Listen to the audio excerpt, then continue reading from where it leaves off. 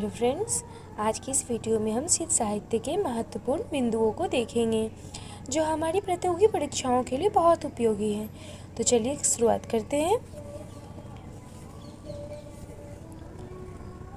सराफा को हिंदी का प्रथम कवि माना जाता है। इन्हें सरोज वज्र, राहुल भद्र आदि नामों से भी जाना जाता है।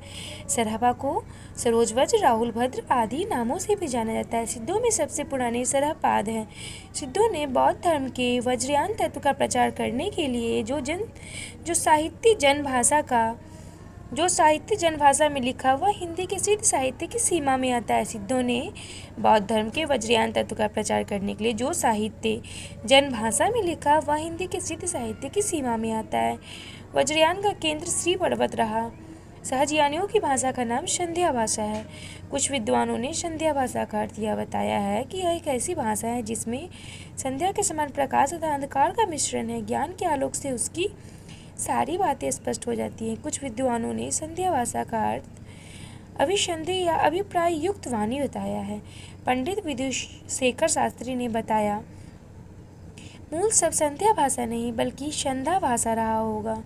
पंडित विदुशेखर शास्त्री जी के अनुसार सिद्धों की भाषा जिसे संध्या भाषा कहा गया है वह संध्या भाषा न होकर मूल शब्द संध्या भाषा है।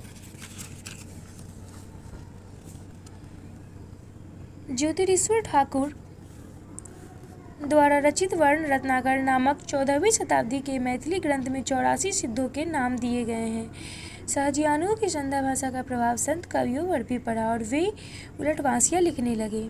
सहजियानियों की जो संध्या भाषा थी इसके प्रभाव संत कवियों पर भी पड़ा और उसके फलस्वरूप वे उलटवासियाँ लिखने लगे। राहुल सांकृत्यायन ने सराफात का समय 769 ईस्वी स्थिर किया है। विनयतोष भट्टाचार्य ने सराफात का समय विक्रम संवत 690 स्थिर किया है। इनके लिखे 32 ग्रंथ बताए जाते हैं जिनमें दोहा कोश प्रसिद्ध है।